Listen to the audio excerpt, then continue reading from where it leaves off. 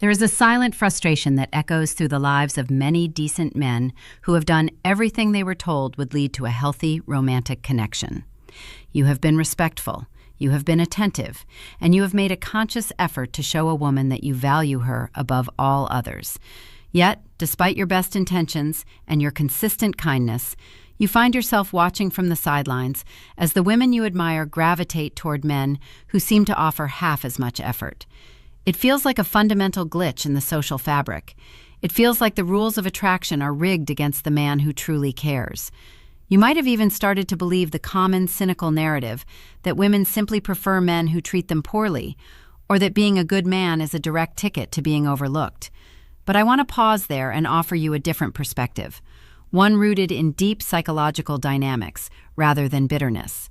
The truth is far more nuanced and ultimately far more empowering for you. Women are not necessarily responding to a lack of kindness or an abundance of rudeness. They are responding to the presence or absence of a man's self-value. When a man prioritizes a woman's needs, her validation, and her presence before he has even established a foundation for himself, he inadvertently creates a psychological imbalance. He stops being an individual with a mission and starts being a satellite orbiting her world. This shift, while intended to show devotion, actually signals a lack of internal boundaries. It suggests that his value is contingent on her approval, and in the complex dance of human attraction, nothing is less magnetic than the energy of a man who is begging to be chosen. Today, we are going to dismantle the myth that you have to be a bad person to be attractive. Instead, we are going to explore why your internal standards, your boundaries, and the way you view your own time are the actual levers that move the needle of interest.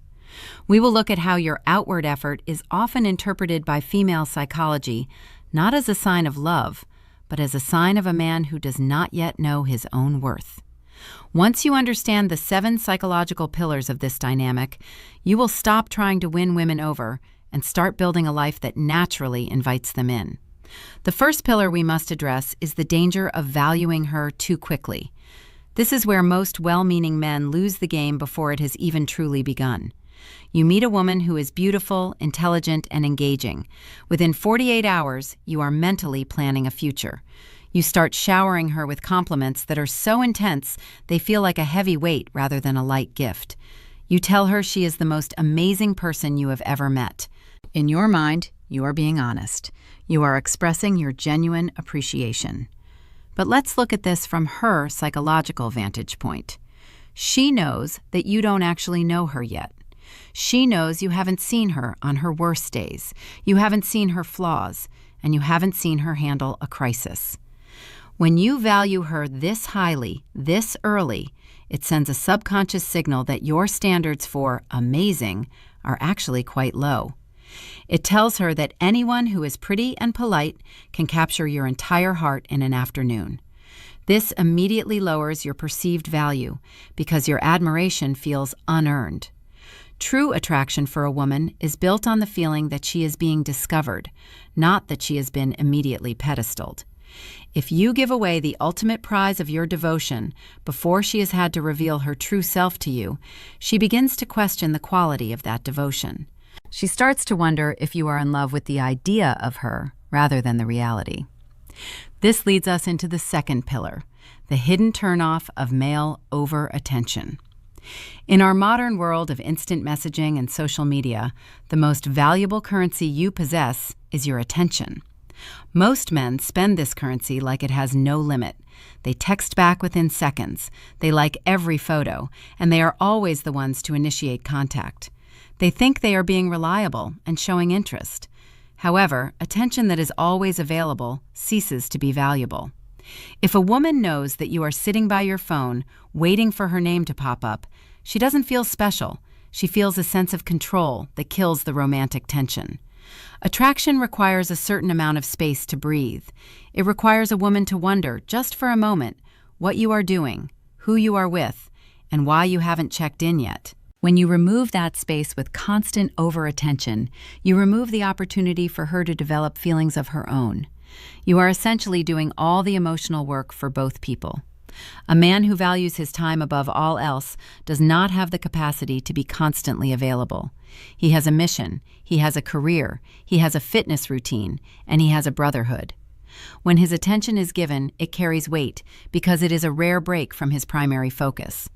If your life is so empty that a woman can occupy 100% of your mental real estate from day one, you are signaling that you lack a compelling direction. The third pillar is why mystery still matters more than compliments. We live in a culture that tells men to be vulnerable and share everything. While emotional honesty has its place in a long-term committed partnership, in the early stages of attraction, mystery is a far more potent aphrodisiac than constant flattery. When you reveal every detail of your life and every emotion you feel immediately, there is no more terrain to explore. It's like reading the final chapter of a book first. Why would anyone bother reading the middle? Compliments are often used by men as a tool to secure a woman's interest. They think if they tell her she's beautiful enough times, she will finally realize how much he likes her and reciprocate. But constant compliments often feel like a bribe.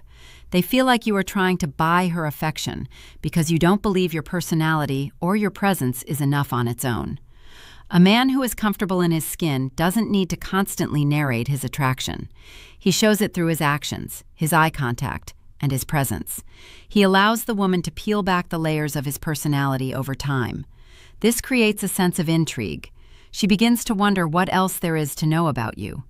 Curiosity is the foundation of long-term interest. If she is never curious about you, she will never be truly attracted to you. The fourth pillar is the exact moment a woman stops seeing you as the prize. In every social interaction, there is a subtle, unspoken negotiation of value. This isn't about arrogance. It's about who is seeking whose approval. The moment you start behaving as though she is the prize, and you are the lucky winner of her time, the balance of attraction is destroyed. Women are biologically and psychologically programmed to seek a partner who is equal to or higher than them in terms of social and personal value. They want a man who feels like a catch. When you constantly seek her approval, when you change your opinions to match hers, and when you ask for permission for things that should be decided by you, you are signaling that you view her as superior to you. This might feel like being a gentleman, but to her, it feels like dealing with a fan rather than a romantic interest. You cannot be both a fan and a lover at the same time. A fan looks up, a lover looks across. You must maintain the internal conviction that your time, your energy, and your presence are valuable gifts that she must earn, just as you must earn hers. If you provide everything for free, you are effectively telling her that your worth is zero. The fifth pillar is the danger of making a woman your entire world. This is a trap that many passionate men fall into. They find a woman they like, and suddenly their hobbies, their friends, and their goals all take a back seat. They start building their entire schedule around her. This is not only unattractive, it is dangerous for your own mental health. A woman does not want to be the foundation of your happiness. That is too much pressure for any human being to carry. She wants to be a beautiful addition to a life that is already sturdy and exciting. If you make her your entire world, you become a burden. Every time she wants to go out with her friends or needs some space, she has to worry about how it will affect your emotional state. This leads to resentment and a loss of respect. A man who stays on his path, who keeps his appointments with his friends, and who doesn't cancel his gym session just because she asked to hang out last minute, is a man who shows he has a backbone. That independence is what makes you attractive in the first place. Ironically, the less you need her to be your everything, the more she will want to be a part of your something. The sixth pillar is why women respect the man who can walk away. This is perhaps the most difficult but most important aspect of high-value masculine psychology. Most men are so afraid of losing a woman that they will tolerate disrespect, flakes, and poor behavior just to keep her around. They think that by being patient or understanding, they are proving their love. In reality, they are proving that they have no boundaries. If a woman treats you poorly and you continue to chase her, you are teaching her that there are no consequences for her actions. You are signaling that your desire for her is stronger than your respect for yourself. A man who knows his value has a threshold of disrespect. If a woman crosses that line, he doesn't yell, he doesn't argue, and he doesn't beg. He simply walks away. He withdraws his attention and his presence because he understands that he is too valuable to spend his time where it is not appreciated. This ability to walk away is the ultimate form of power in any negotiation, including dating. It shows that you are not desperate. It shows that you have options, even if your option is just being alone and enjoying your own company. When a woman knows that you are capable of leaving if your standards aren't met, she will naturally respect you more. And where there is no respect, there can be no lasting attraction. Finally, the seventh pillar, the truth many men refuse to accept about attraction. You cannot negotiate attraction. You cannot explain to a woman why she should like you. You cannot point to your bank account, your kindness, or your loyalty and expect her to feel a spark based on those logical points.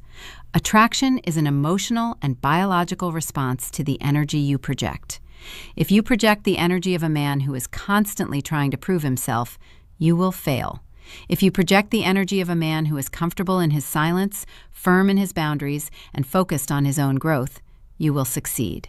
This doesn't mean you have to be toxic or mean. It means you have to be centered. You have to be the primary architect of your own joy. When you stop looking at women as the source of your validation and start looking at them as people you can share your already great life with, everything changes. You stop being the guy who tries too hard and start being the guy who simply is. This shift in mindset from doing to being is the key to the entire dynamic. It's about internalizing the fact that you are enough as you are, provided you are a man of character and purpose. You don't need to perform. You don't need to put on a show. You just need to hold your ground and value your own time. When you do this, you move from a place of scarcity to a place of abundance. You realize that there are many women in the world, but there is only one of you, and your time is the one thing you can never get back. In conclusion, I want you to take a long look at how you have been approaching your interactions. If you have been feeling exhausted, ignored, or taken for granted, it is likely because you have been giving away too much of yourself for too little in return. You have been treating your value like a clearance item rather than a luxury good. It is time to stop. It is time to reclaim your focus. Go back to the gym. Reconnect with the friends you haven't seen. Lean into that project you've been putting off. Set boundaries with the people who drain you. When you start valuing yourself, the rest of the world has no choice but to follow suit. Attraction is not a mystery once you understand that it is a mirror. It reflects back to you exactly how you feel about yourself. If you feel like a man who is lucky to have a woman's time, she will feel like she is doing you a favor. But if you feel like a man whose time is a precious resource, she will feel honored to spend it with you. That is the fundamental difference between the man who chases and the man who attracts. It's not about how many compliments you give or how many doors you open. It's about the man who is opening the door. Be that man, build that life, and let the attraction take care of itself. Now, I want you to think about one area of your life where you have been compromising your boundaries just to please someone else. This week, I want you to stand firm in that one area. Notice how it feels. Notice how the people around you react. It might be uncomfortable at first, but that discomfort is the feeling of your self-respect growing back. Keep that feeling, feed it, and never let anyone talk you out of your own worth again. The path to becoming a man of high value isn't found in a list of techniques. It's found in the quiet decision to never again place someone else's opinion of you above your own opinion of yourself. This is where your power lives. This is where your journey begins. Take that step today and watch how the world begins to align with the new standards you have set for yourself. You have the capacity to lead a life of incredible depth and connection, but it all starts with the man you see in the mirror. Value him first, and everything else will naturally fall into its proper place. Remember that your life is your own, your time is your own, and your value is inherent. It is not something you earn from a woman. It is something you bring to her. When you walk into a room with that realization, you don't have to say a word for people to feel it. That is the silent authority of self-value.